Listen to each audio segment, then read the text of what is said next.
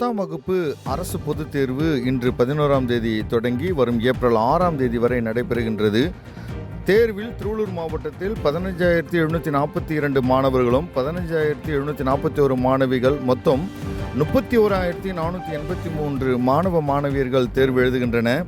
தமிழ்நாடு முழுவதும் 10ஆம் வகுப்பு அரசு பொதுத் தேர்வு இன்று தொடங்கி வரும் ஏப்ரல் 6ஆம் தேதி வரை நடைபெற உள்ளது. இந்நிலையில் திருவள்ளூர் மாவட்டத்தில் 10ஆம் வகுப்பு அரசு பொதுத் தேர்வினை 15,742 மாணவர்களும் 15,741 மாணவிகளும் என மொத்தம் 31,483 மாணவ மாணவியர்களும் மேலும் 1,461 பேர் தனித்தேர்வர்களும் என மொத்தம் 32,944 பேர் பொதுத் தேர்வினை எழுதுகின்றன. தற்போது 10ஆம் வகுப்பு அரசு பொதுத் தேர்விற்காக 149 மையங்கள் அமைக்கப்பட்டுள்ளது. இதற்காக பலத்த போலீஸ் பாதுகாப்புடன் 13 வினாத்தாள் கட்டுக்காப்பு மையங்கள் அமைக்கப்பட்டுள்ளது.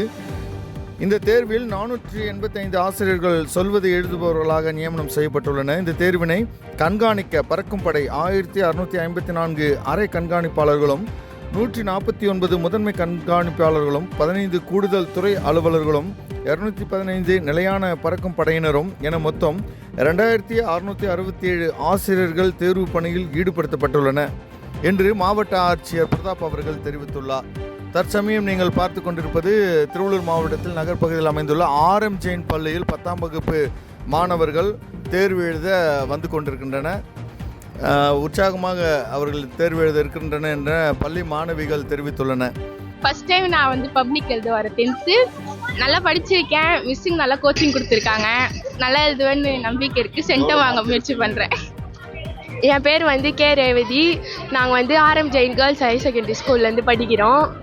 முதல் டைம் பப்ளிக் எழுதுறதால கொஞ்சம் மகிழ்ச்சியாக தான் இருக்குது. ஆனால் கொஞ்சம் உள்ள பயமாக இருக்குது.